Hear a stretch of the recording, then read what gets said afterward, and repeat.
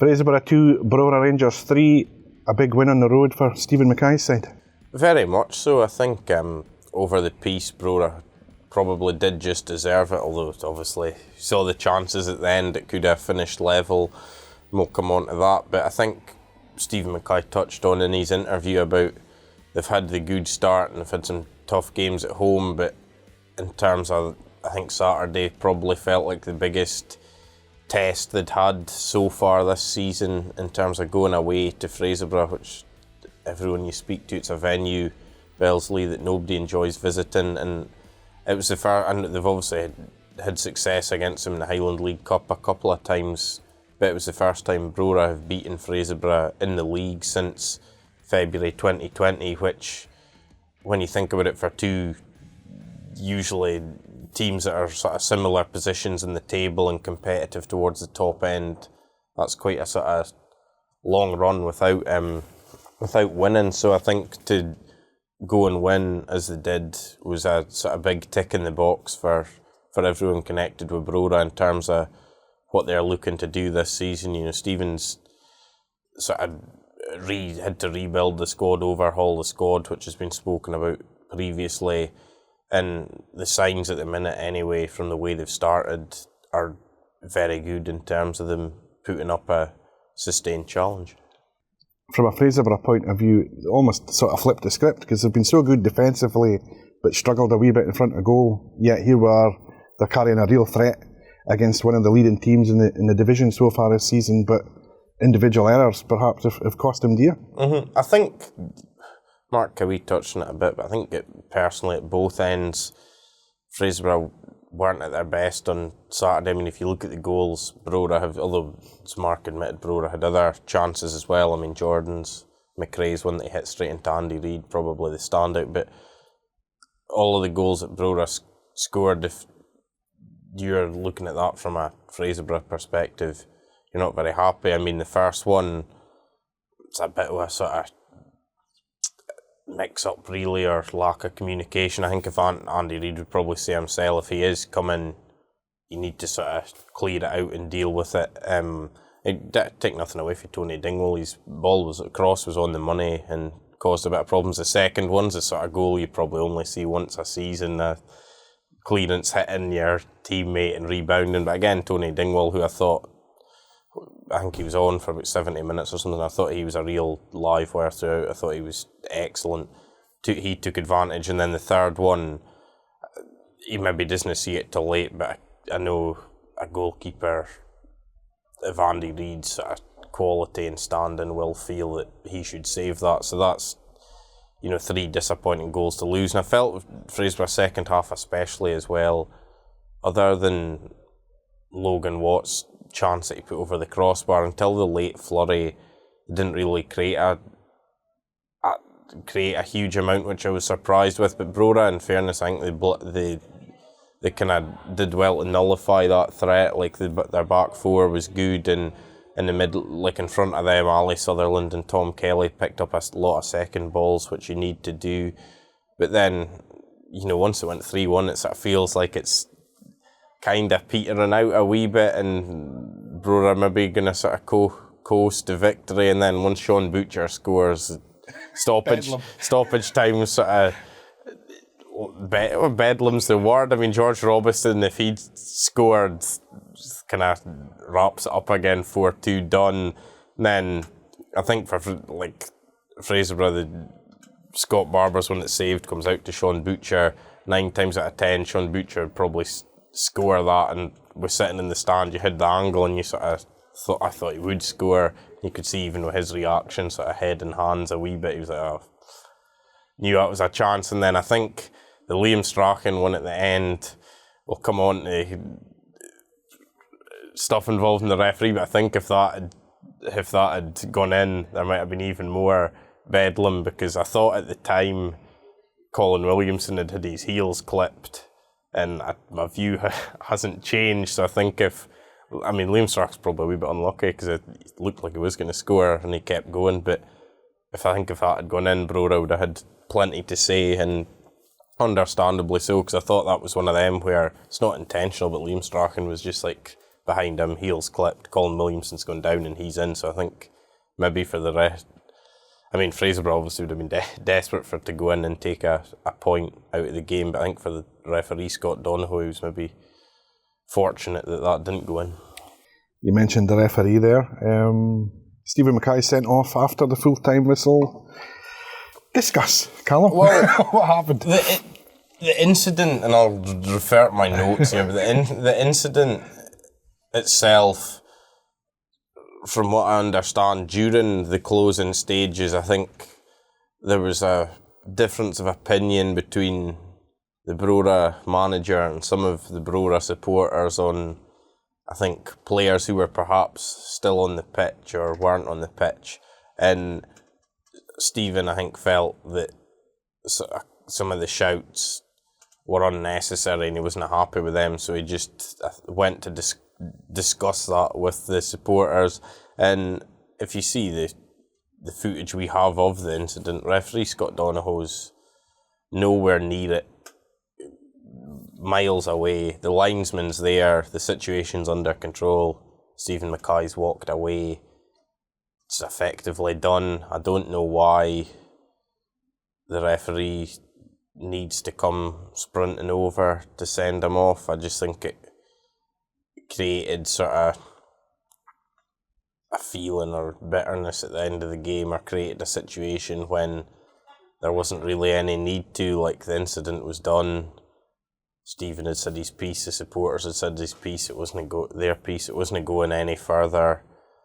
I don't understand the reasoning, and I mean, I looked into this is becoming a new regular feature, this. I hope not. Looked into the IFAB rules, and for a straight red card, it's quite vague. I mean, it's like, talks about physical or aggressive behaviour. Could you say that was physical or aggressive behaviour? Well, it certainly wasn't physical. Is it aggressive? Maybe. Does it warrant a red? I wouldn't say it was particularly even aggressive. Does it warrant a red card? Not for me. The other one, it could maybe come under acting in a provocative or inflammatory manner. Again, does what happened justify a red card?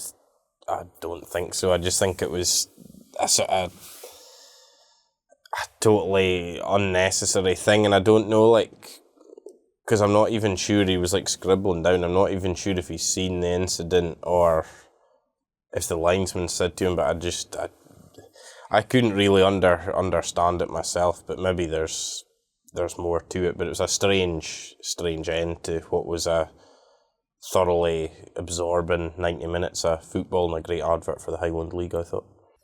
An important win for the Catacks, who remain second in the table. Fraserburgh are ninth. I think, what is it now, 12 points off the summit? I mean, we're still in early days, but it's a lot of ground you're needing to make up even at this early mark in the season. It is. I mean,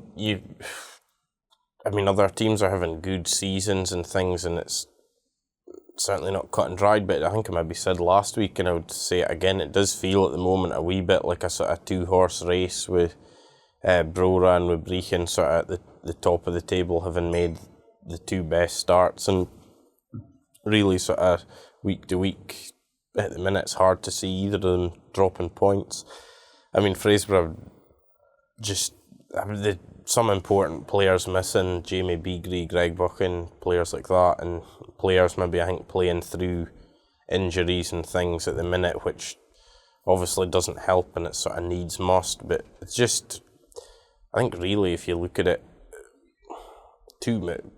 bottom line is it's probably too many draws is the reason for where they are, because they've only lost 2 games out of their 9, but there's been probably too many draws. 4, is it? Yeah. Draws. I think it is 4 out of the 9. Too many draws for their liking, and it's like maybe comes back a wee bit to both ends. Some weeks they maybe haven't been threatening enough at the top end, or other weeks, or like a Saturday, maybe lost a couple of sloppy goals or a sloppy goal. And I think Mark Howie's probably trying to maybe blood some of their sort of promising younger players as well. So it might, they certainly won't give up, and I think they'll try to push up as high as they can, as they always do, but it's maybe potentially a season where the Broch won't be as close to the top of the league as we've maybe seen in recent seasons when they've generally been there or thereabouts. Inverurie Locos 4, Forest Mechanics 1 then. Locos maintained their 100% record.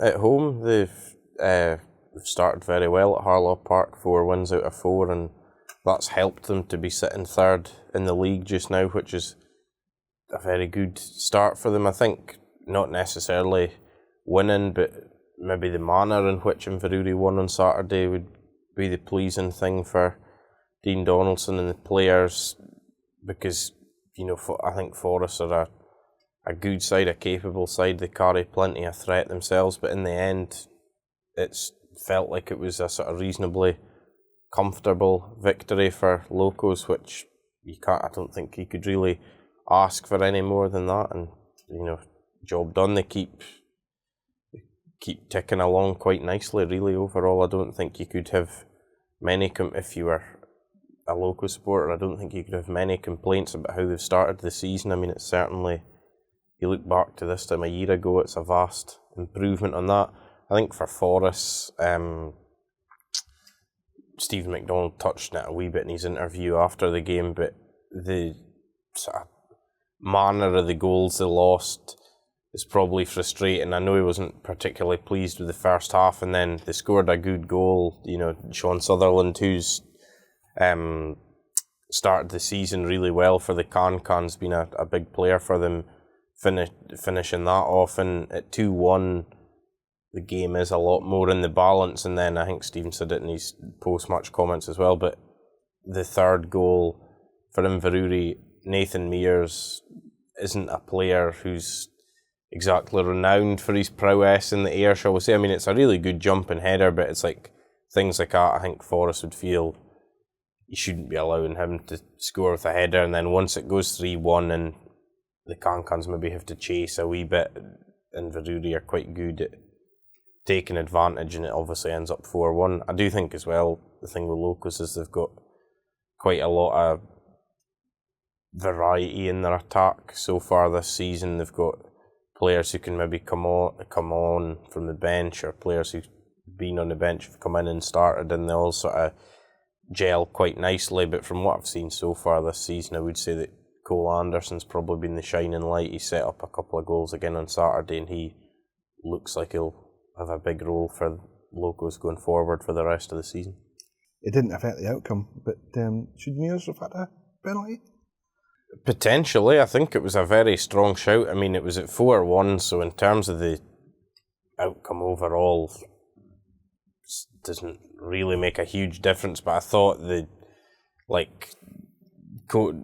think Nathan Mears has got to the ball first, and Corey Patterson sort of bundled into him. I think I would have been interested if it had been 1-1 or something, how that decision might have played out, because I thought certainly it was a pretty strong claim. Let's round up the other results then. What a difference a week makes. Keith 0, Lossiemouth 4. A remarkable result at Kynix Park as managerless Lossie around it. Comfortable winners. The damage was done early in this one. The Coasters raced into a 3-goal lead. I think with the goals coming in the space of 10 minutes. Ross Morrison netting twice before Ross Archibald got in the act. Ryan Park hit the post for Keith before Fraser Forbes wrapped up the points for Lossie 7 minutes from time. Just the pick-me-up that Lossie would have wanted. Exactly. I mean, you said a remarkable result, and I think it's not necessarily Lossie winning it's remarkable, but the sort of one-sided nature of the scoreline, because I know doing my previews and things at the end of last week, generally Keith Lossie games in recent seasons have been pretty tight affairs. There's never been a lot between the sides, but Lossie have really gone to town on Saturday. I mean, after we sort of saw them on here last week and they got beat by Strathspey, they've then gotten past Forest on penalties in the North of Scotland Cup in midweek, and then they've won second league win of the season on Saturday, and it's just much more positive for the Coasters generally. I think that Gavin Price has come in as sort of interim manager. He obviously knows like Stevie Dunn and Steve Porter that are there from the Elgin days, and it feels like he has made a difference, but I don't know if it's just that sort of new voice or new manager bounce or whatever you want to call it, or maybe he's doing a couple of things differently, but I wouldn't think there's maybe a massive change necessarily in how they play or that, because he hasn't had a training session. They had a game Wednesday and then game Saturday, so maybe it's just is that thing of somebody different and the players are buying into it, but it's working for Lossy. The interesting thing I think going forward is, does he continue long term? Does he take the job? Because at the moment it's only interim.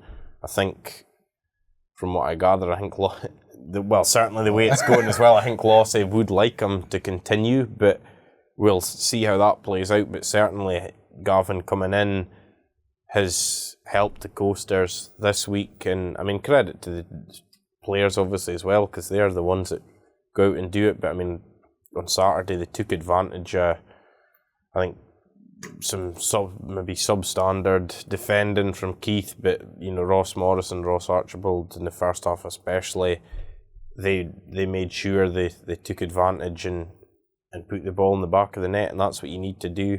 It's interesting on the other side of it, Craig Ewan didn't mince his words. Said it was almost like, in terms of a performance, their worst of the season, and almost like unexplainable in terms of where that has come from. And I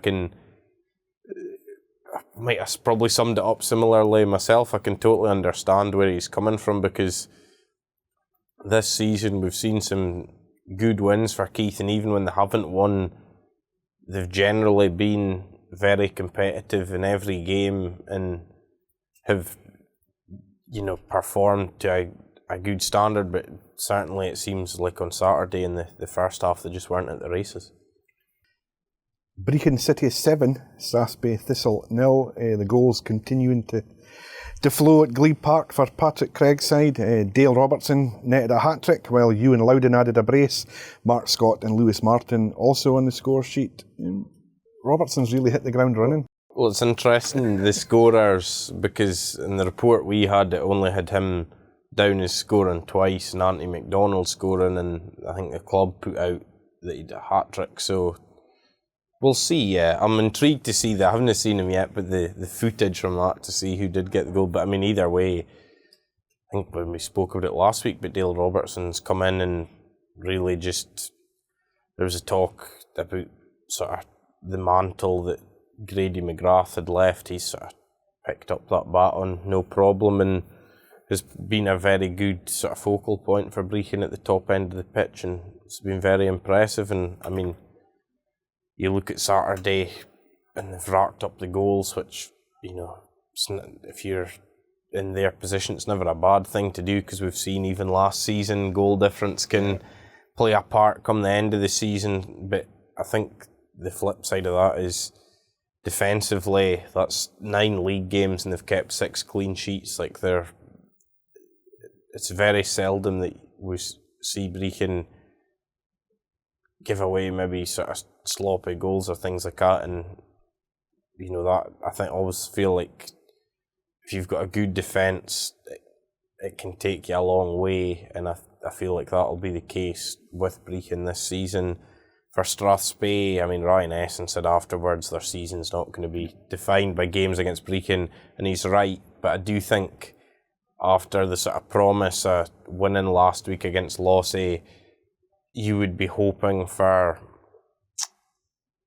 a better performance, maybe more positives to take out of it and try and sort of carry them forward. And I mean, at half time it was only 2-0, and then they'd spoken about a few things they needed to do better in the second half, and I don't think it's happened. But take nothing away from Brechin, they've won handsomely, and that's what they were there to do. Clachnacudden 0, Bucky Thistle 2, Marcus Goodall and Kevin Fraser on the score sheet. Kevin's not a name we've mentioned for quite a while as a scorer. Well, it's his first goal since he come back, but I mean, he's had quite the time of it. He suffered this sort of nasty, I think it was a groin injury, August 2022, and he's effectively been out until pre-season this season, and even then, because it's been such a long period, he's been eased back in quite gently. Like last week against Brechin was his first start since coming back, and then he's scored on Saturday, and I should hopefully be able to show it for you now. It's a typical sort of Kevin goal, really, in terms of the kind of box-to-box player he can be. Got up and stuck in a rebound after a Joe Mallon save, and I think anyone of a Bucky persuasion, especially I think Highland League people generally, given the sort of time he's had in the sidelines, I don't think anyone, Clark supporters probably the only exception, but I don't think anyone could really be disappointed to see Kevin scoring, because he's a good, really top player and a good lad as well, and he's had a rough time of it. I think for Bucky generally, Saturday was more like what they were looking for, and Lewis McKinnon spoke at length last week about giving away sloppy goals and teams not having to work hard enough to score against them. So I'd imagine a clean sheet and limiting Clark to not too many chances will please him no end, and Bucky will hope that can be a bit of a springboard, because going into that game on Saturday, Clark were sitting third in the league. They've been in a very good run, so that was no easy task to go through to Grant Street and win. For the Lily-White, at their sort of side of things, I think Connor Gethens felt they were a bit below their best, to use the word tired, and maybe the effects of Wednesday night they come back for 2-0 down to beat Nairn on penalties in the North of Scotland Cup. Maybe that just caught up with them a wee bit, but certainly I think for Clark Saturday won't detract from the start to the season that they've had. Nairn County 1, Formartine United 1, just following on from that theme that Connor Gethens had mentioned, because I think Ross Tokley kind of felt the same way with his side. Johnny Crawford's penalty salvaged a point for Formartine after Andrew Gregg had given Nairn the lead against his old team at Station Park. Tokes was saying how he felt the midweek cup game had sort of taken it out of his team too.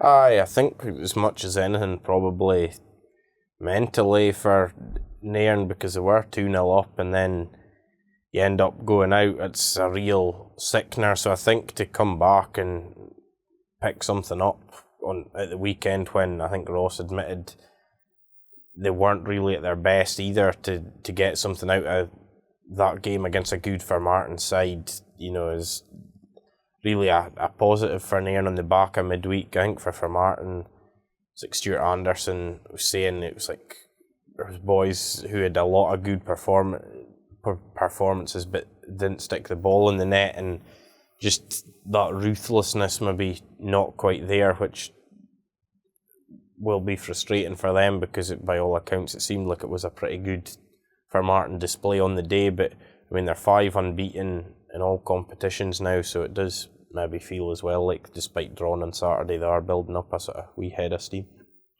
Rothes 2, Wick Academy 3, a bit of a roller coaster ride at McKeswick Park, this one. The Scories were 2-0 up at half time, thanks to goals from Kyle Henderson and Gary Poulin, and the prospects were looking bleak for Rothes. I think we have to say Scott Much had been sent off just before the break, but Ross Logan, he scored twice to make it 2-2, and they're probably thinking we can maybe hold out for a point, and then up pops Ross Gunn to break the Rothes hearts with a late winner for the visitors. Gary Manson pleased with a win, but he felt maybe they could have had more goals. I think they'd been I think they did 4 defeats in the bounce, so to get back to winning ways was clearly the main thing for Wick. But I think once they were 2-0 up with 10 men, playing against 10 men rather, Gary would want to control the game a bit better and push on. But he did say afterwards, and I'd agree with him, regardless of the sort of situation, Ross Logan, with his sort of pace and trickery, is always a threat, and I think that proved to be the case, because he scored the first, won the penalty for the second, and then scored it. But I think at Rothes at that point, they'd have snapped your hand off for a draw, having come back for 2 down with a man less, but they were unable to hold out. And I think that does feel like a sore one for them, and it's like Scott Much will be suspended now as well, which doesn't help them again. They're short on numbers anyway, and it's like a lot of the players that's missing.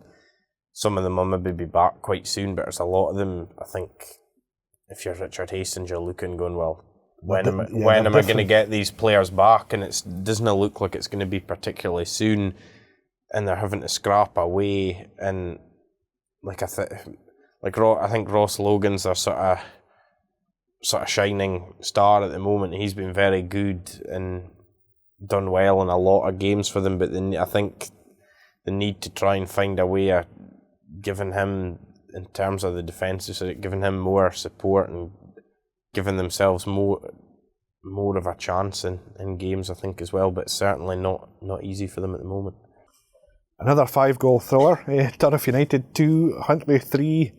Ewan Clark's volley had put Turriff ahead before Callum Murray and Angus Grant turned it around for the visitors. John Allen levelled things up again at 2-2, but Owen Morris got the winner for the Black and Golds, who also had Xander Jack sent off. We've seen the challenge. We'll start with the sending off. I think it was, sometimes with red cards you hear, and we'll hopefully be showing you it now, you hear shouts of complaint. I don't think there was really any protest from anybody connected with Huntly. It was quite a, I think, crunching tackle by Xander. I mean, I don't think there was any malice in it, but just mistimed.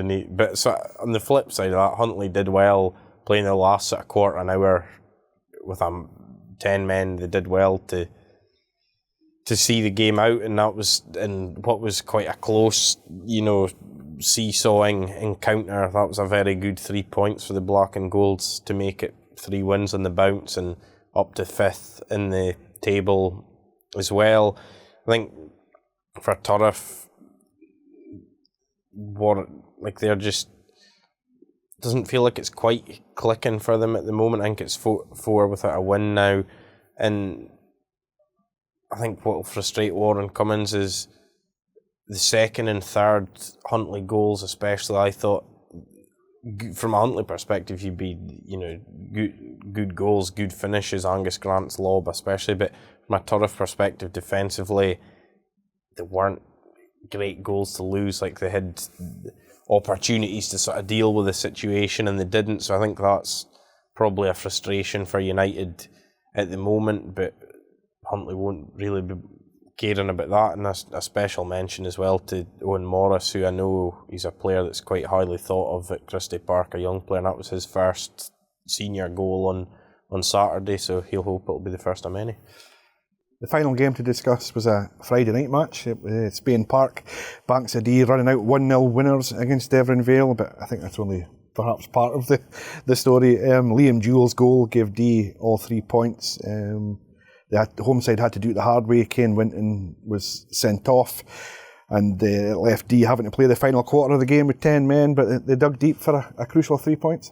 Aye, I mean, it sort of seemed for a long spell in that game, Banks of Dee were maybe going to be shut out because they were creating some good chances and good defending or missing, or some great saves for Ethan Hopkinson, and the Vale goal was sort of stopping them from scoring, but Liam Jewell found a way through.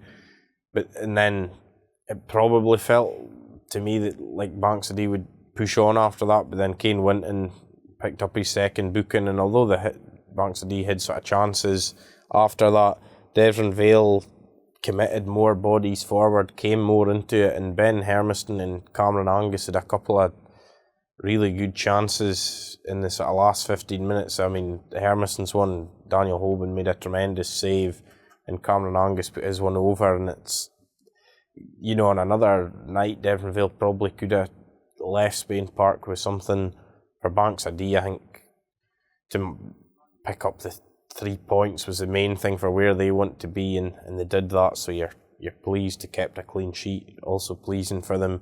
But I think Devon Vale, for Gary Wood, there certainly was plenty of positives to take. You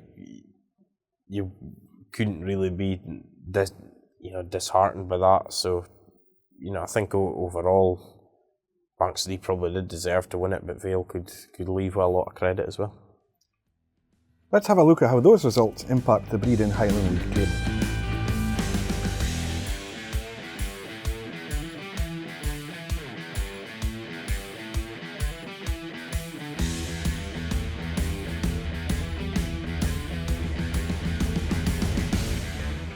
That's it for this week's panel show. Please give us a like and subscribe here on YouTube. If you want to watch the full Highland League Weekly Show, there is a subscribers pack available at the minute. It's just £1 for 3 months of access under the sports pack. Details are below this video. I've forgotten. What am I missing? You can also sign up to the newsletter. Sign up to the newsletter. That's it for this week's panel discussion here on YouTube. Please remember to give us a like and subscribe. If you want to watch the full Highland League Weekly Show, you need to get the subscribers access on the Press and Journal website. There is a sports pack available at the minute for just £1 for 3 months worth of access. While you're at the Press and Journal, you can also sign up for the Highland League newsletter that will get all the latest news direct to your inbox twice a week.